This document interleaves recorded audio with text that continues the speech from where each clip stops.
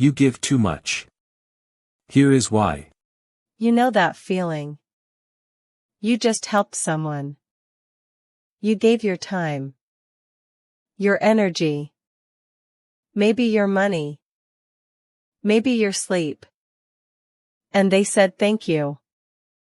Maybe they didn't even say that. And you smiled. You said it's okay. No problem. I'm fine. But inside something felt off. Not angry. Not exactly. Just empty. Like you poured everything out of yourself into someone else's cup. And yours is still empty. And the worst part? You will do it again tomorrow. Because you don't know how to stop. Because somewhere deep inside you believe, if you stop giving, they will stop staying. This is not who you are. This is what you learned. People who give too much often think this is just their personality. I'm a giver. That's just me. But that is not the full truth. Nobody is born afraid to receive. Nobody is born believing their needs don't matter. This was learned. Maybe at home, love felt like it had conditions. You got warmth when you were helpful. When you were quiet. When you didn't ask for too much. Maybe someone around you was difficult to predict. And you learned that if you give enough, if you stay small enough, things stay calm. Maybe someone told you, not with words but with silence, your needs are not that important here. So you adapted. You became the helper. The strong one. The one who always has space for others. And it worked. People liked you. People needed you. You felt safe. But safety built on giving everything is not real safety. It is exhaustion with a smile on top. The quiet resentment nobody talks about. Here is the part that is hard to admit. Sometimes you feel angry. Not loud angry. Not dramatic angry. Just a quiet, tired anger that sits in your chest. You did everything. You showed up. You gave. You understood. You waited. And they didn't. And you feel guilty for even feeling this. Because you are supposed to be the understanding one. The kind one. The one who doesn't make it about themselves. But Robin Norwood, who spent years studying why people give too much in relationships, said something that is hard to forget. She said, many people who give endlessly are not giving from love. They are giving from fear. And they hope that if they give enough, one day they will finally feel loved back. But it never feels like enough. Because the giving is not solving the real problem. The real problem is that you never believed you were worth receiving. What resentment is really telling you? Resentment is not a character flaw. Resentment is a signal. It means something clearly. You have been giving without receiving for too long. And your body knows it even when your mind is still making excuses for everyone else. When you feel that quiet anger towards someone you love, it is not a sign that you love them less. It is a sign that you have made yourself invisible for too long. Your needs are real. Your tiredness is real. Your empty cup is real. And no amount of giving will fill it. Only receiving can do that. The body knows before you do. Bessel van der Kolk, who studied how experiences live inside us, said something important. The body keeps the score. It remembers everything you didn't let yourself feel. When you suppress your own needs long enough, the body starts to speak. constant tiredness, tension in the shoulders, a heaviness that sleep doesn't fix. That is not weakness. That is your body saying, enough.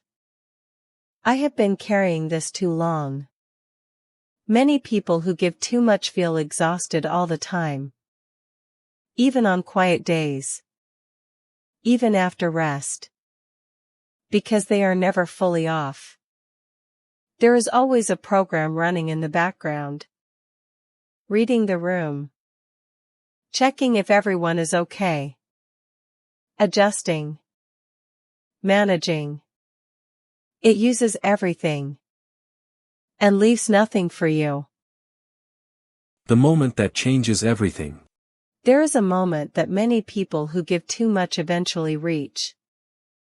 It is not dramatic. It is very quiet. You are doing something for someone. Again. And a small voice inside says, I don't want to do this. Not I can't. Not I'm busy. Just, I don't want to. And for the first time, you hear it. That voice has always been there. You just learned to talk over it. To explain it away. To call it selfish and push it down. But it is not selfish.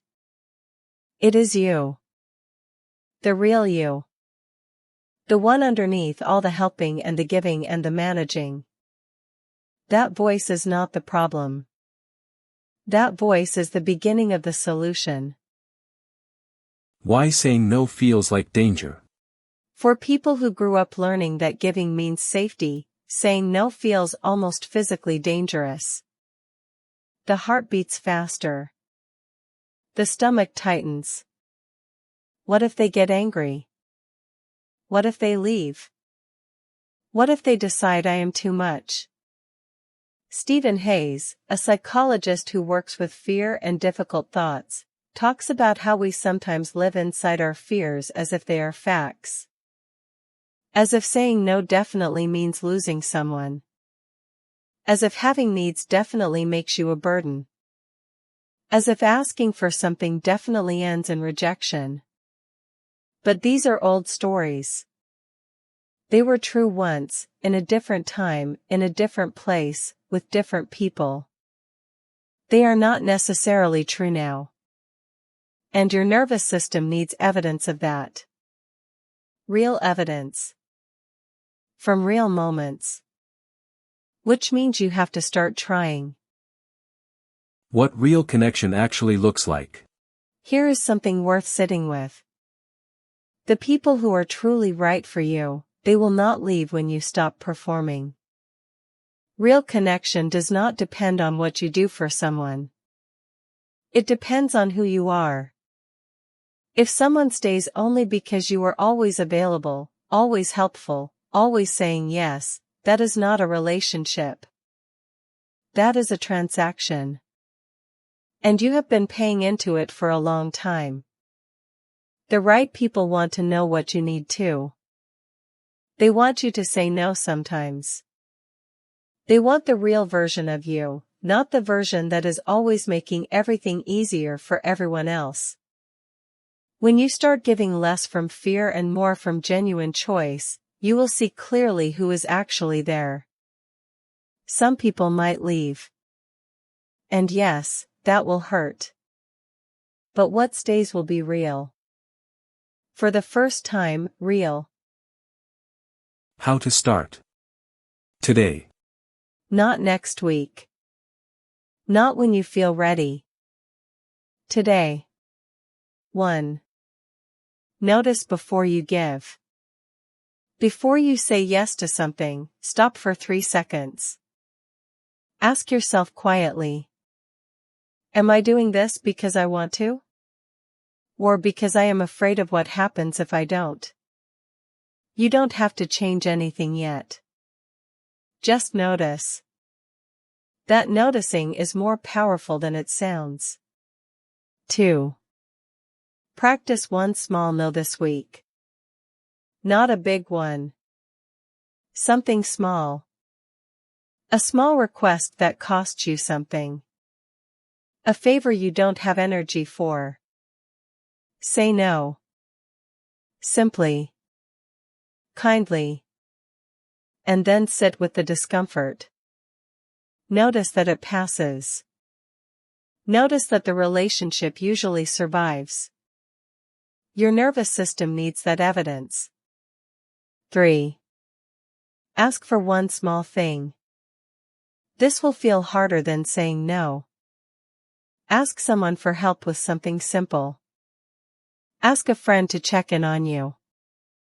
Ask for what you need in a conversation. Feel the discomfort. Stay with it. You are allowed to need things. Asking is not weakness. Asking is how humans connect. 4. Look at your relationships honestly. Who do you always write to first? Who do you always understand, always forgive, always wait for? And who does the same for you? You don't need perfect balance. But you need some. If a relationship only takes, that is information. Not to feel angry. Just to see clearly. The last thought. You have been so good at taking care of everyone else. So patient. So understanding. So available. And somewhere along the way, you forgot to include yourself in that care.